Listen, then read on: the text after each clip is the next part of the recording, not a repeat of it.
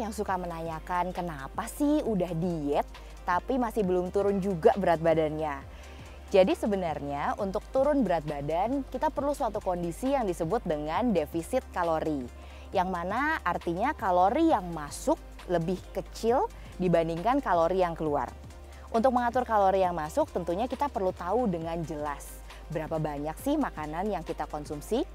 Kemudian yang kedua tentang kalori yang keluar. Kalori yang keluar sebenarnya berhubungan dengan kondisi fisik kita, kemudian metabolisme dasar kita, seberapa banyak yang kita bakar sehari-hari. Tapi sebenarnya kalori keluar bisa kita tingkatkan dengan olahraga. Jadi perlu kita evaluasi dulu, apakah memang sudah terjadi defisit kalori. Yang perlu digarisbawahi, seringkali merasa sudah makan sangat sedikit, tapi ketika dianalisis ternyata makanannya tinggi gula atau tinggi lemak sehingga padat kalori dan defisit kalori belum terjadi. Satu hal lagi yang perlu diperhatikan adalah keberhasilan diet tidak hanya dinilai dari penurunan berat badan. Kita perlu juga melihat penurunan lingkar tubuh, kemudian perbaikan dari komposisi tubuh, misalnya penurunan massa lemak atau juga peningkatan massa otot. Itu merupakan salah satu indikator diet yang berhasil. Atau juga kita dapat lihat dari marker laboratorium yang semakin baik dan juga penilaian subjektif dari individu yang melakukan diet.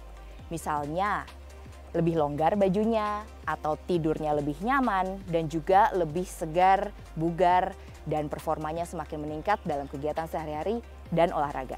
Untuk evaluasi dari keberhasilan diet perlu dinilai terlebih dahulu. Apakah pola makan, olahraga, dan gaya hidup sehari-harinya sudah tepat? Namun jika pola diet, pola makan, dan pola olahraga sudah baik dilakukan, masih belum juga mencapai penurunan berat badan dan juga keberhasilan diet yang lain, perlu dilakukan evaluasi dan dapat dipertimbangkan adanya kondisi medis tertentu.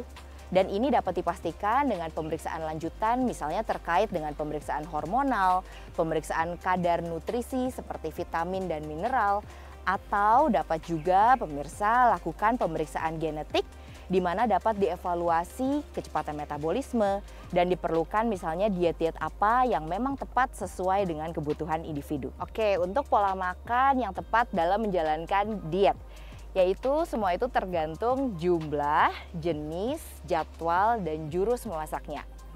Untuk jumlah, pemirsa harus mengetahui seberapa besar kalori yang dibutuhkan setiap harinya. Kemudian terapkan dengan pola gizi seimbang, yaitu karbohidrat, protein, lemak, vitamin, dan mineral yang tepat sesuai kebutuhan Anda dan kondisi medis Anda.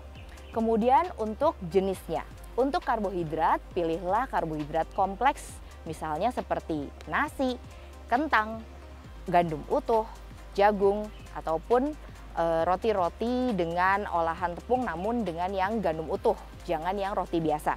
Kemudian untuk protein, pilihlah protein yang rendah lemak seperti daging ayam tanpa kulit, ikan, putih telur, dan juga protein nabati seperti tahu dan tempe. Pastikan protein Anda cukup karena protein sangat penting untuk memberikan rasa kenyang yang lebih lama dan juga menjaga massa otot bahkan meningkatkannya jika jumlahnya cukup. Untuk lemak, pilih lemak yang tidak jenuh misalnya dari alpukat, minyak zaitun, minyak canola, dan juga bisa didapatkan dari ikan-ikan laut dalam. Dan vitamin dan mineral serta serat harus cukup dari sayur dan buah. Dengan porsi 3-5 porsi buah dan sayur, pilihlah warna yang beragam untuk mencukupi kebutuhan antioksidan Anda. Selain itu, batasi asupan gula, yaitu gula tambahan maksimal 50 gram atau 4 sendok makan setiap harinya. Mulai biasakan untuk rajin melihat berapa banyak gula dalam minuman atau makanan kemasan yang Anda konsumsi, sehingga jumlahnya tidak berlebihan dalam tiap harinya.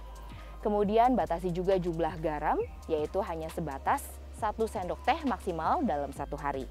Yang terakhir, pastikan bahwa Anda juga mengkonsumsi cairan dalam jumlah yang cukup, yaitu sebanyak 8 gelas 1 hari.